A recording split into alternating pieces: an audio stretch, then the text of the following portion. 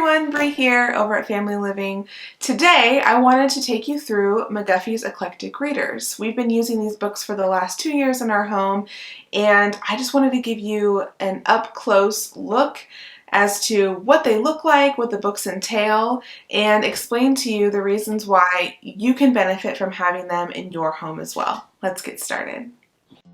Starting off with the McGuffey's Third Eclectic Reader, this is a book that my son used last year in 2nd grade.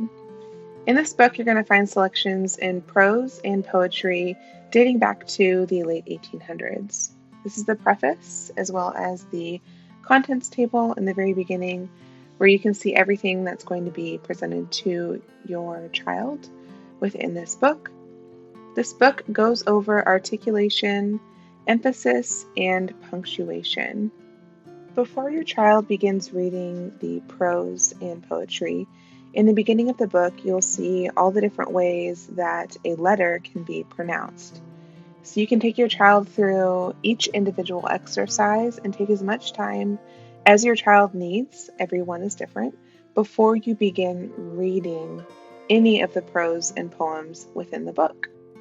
And finally, you will go over emphasis and punctuation. I did take it upon myself to have my son make a punctuation book of his own, and as we were learning about what a comma, a semicolon, a colon, a period, and an interrogation point, otherwise known as a question mark, we made this punctuation book in his own handwriting so that way it would be much easier for him to remember and to refer to later in the future. Next up, we have McGuffey's Fourth Eclectic Reader, which my daughter used last year. So this year it will go to my son. As you can see in the book, it looks relatively similar on the front page cover.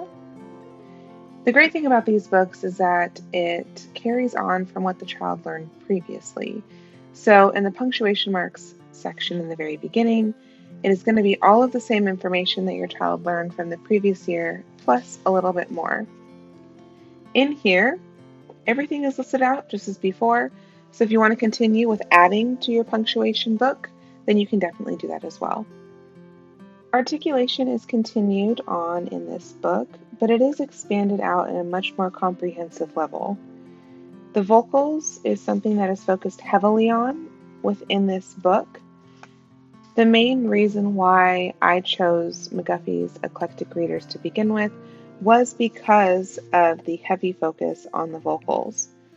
In my home, we use these books and all of these series for the kids to practice reading aloud and presenting to my husband and I, so that way when they are in a room full of people, or if they have something to say, they can articulate themselves well and clear, so that way we can understand what they're saying, and everybody else in the room will be able to understand them as well. From pages 18 through 22, your child will be presented with exercises in articulation strictly focused on words that are most commonly mispronounced. So it will give the incorrect version of how some people may pronounce it, alongside the correct version. On the final 2 pages of instructions provided before the student begins reading the prose and poems, they are going to be taught accent and inflection. The last 2 pages will present a few different options on how to make sure the pupil practices the examples until they are perfectly familiar with the rising and falling of inflections.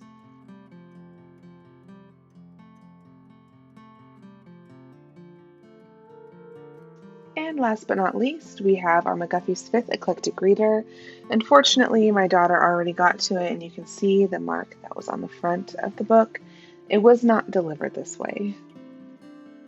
This book will cover all of the previous instructions prior to the Fifth Eclectic Reader, as well as modulation, poetic pauses, and various exercises. By this time, the main focus of the student within this eclectic reader is the importance stressed upon them reading the works as if they were the writer themselves, presenting the poems and prose to you, the teacher, as if it was coming from their heart. Because the McGuffey's eclectic readers are so heavily focused on articulation, that is the reason why I decided to go with this series in order for my children to learn how to properly give a speech, how to properly convey a message or a thought that they have within their head, so that way they can command the attention of a room themselves. Pages 15 through 37 are going to be the rules of inflection, paired with several examples for you and your child to go through together.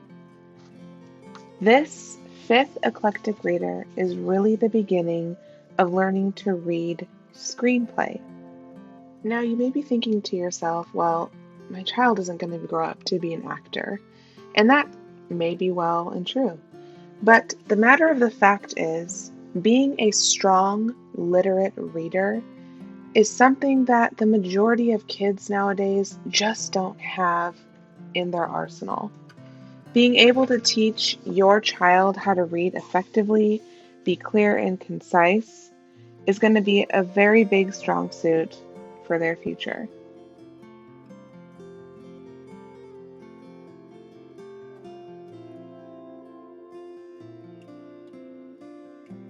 This next exercise here I thought was very unique to this book. The examples provided are also given with requests on how to read it. So passion and grief, plaintive, calm, fierce, anger, loud, and explosive. They also have all of the authors listed alphabetical, so if your child connects with a prose or a poem in particular, then you can do some additional research to see if you can find other works given by the author. Some of the works provided within this book will also be provided with notes or a small biography about the author.